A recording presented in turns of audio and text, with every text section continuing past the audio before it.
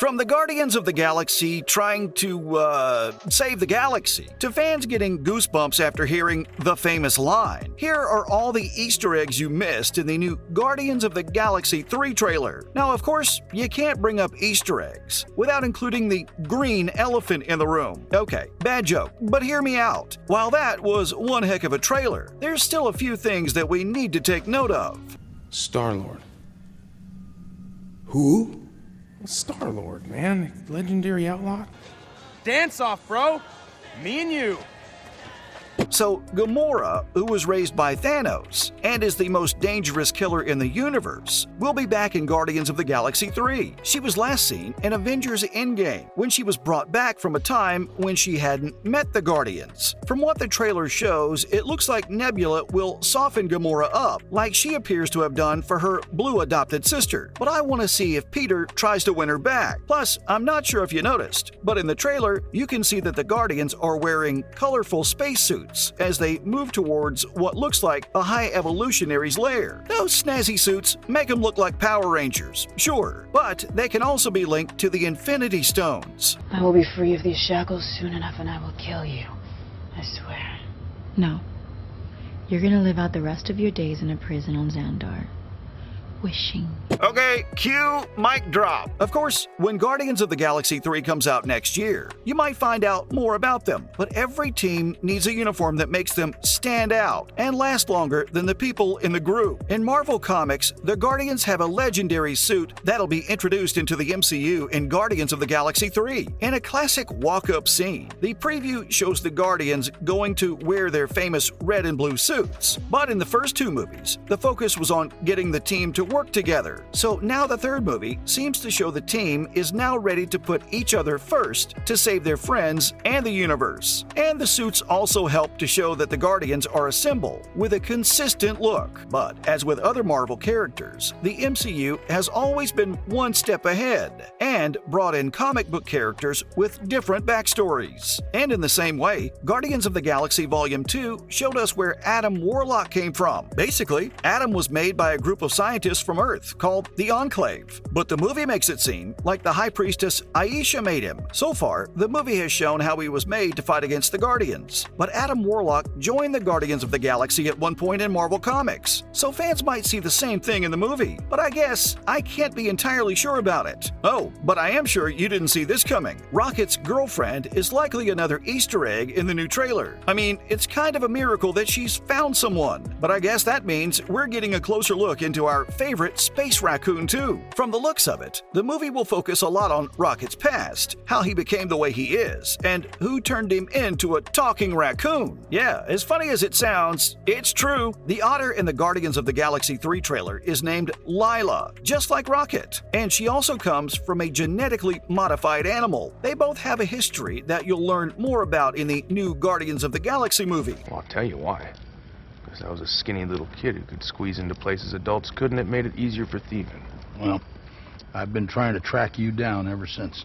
Also, it's easy to forget about this part of the upcoming movie, but almost all of the Guardians, like Nebula, Mantis, Peter Quill, and Rocket, hold it close to their hearts. A hard childhood and deep-seated problems with the father can make a character's mental growth as an adult more complicated. Fans already know that Star-Lord and Nebula have had rough relationships with their fathers, but Guardians of the Galaxy 3 will show how Rocket gets along with his father, who gave him his evolved genes. Now, remember Peter Quill? He looks sad and worried in this trailer, and if people look closely, they can see that he has a Zune earphone in his ear, and that's something new. Yondu, who raised him, gave him this Zune as a late gift. He thought it was what everyone on Earth was listening to at the time. If Peter Quill had stayed on Earth a little longer, he could have found Spotify and other ways to listen to music instead of Zune. No! Oh! Oh, come! No! No!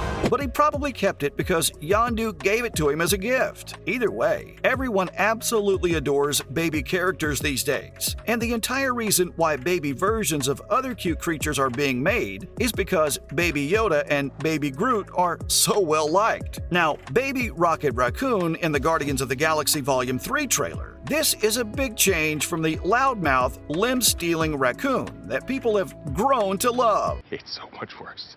You son of a... I had it with you.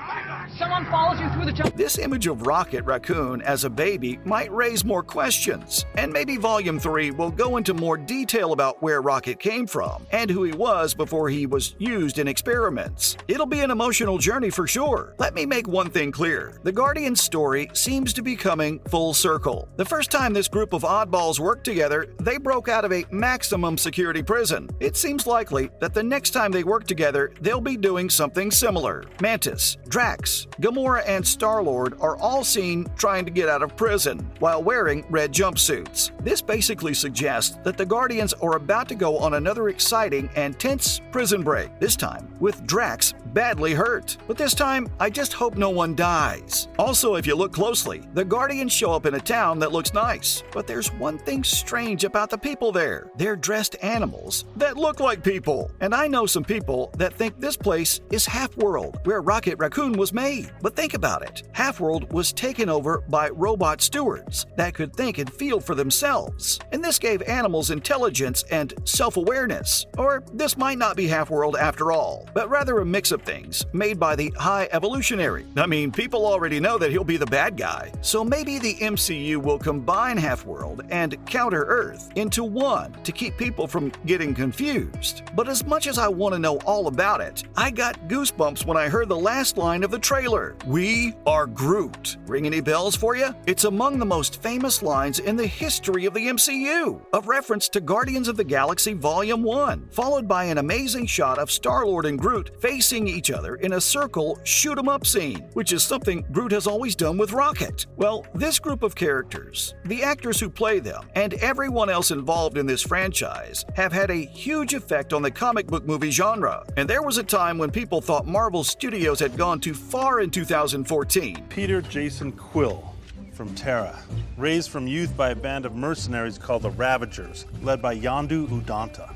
Oh, I'm sorry. Honestly, they didn't think they could care about a speaking raccoon or a talking tree, a former WWE champion, and all the others. But after 8 years, this is one of the saddest teasers ever. That's because everyone knows it's the final dance for the core group of the Guardians, along with their crazy leader, James Gunn. There was charisma and emotion that was unexpected, a lot of jokes, and additional epic needle drops. And fans can count on these things from the Guardians of the Galaxy Volume 3. I didn't know what was going on. You didn't know because you didn't want to know because it made you rich. I demand a seat at the table. And those were all the Easter eggs that you missed out on in the Guardians of the Galaxy 3 trailer.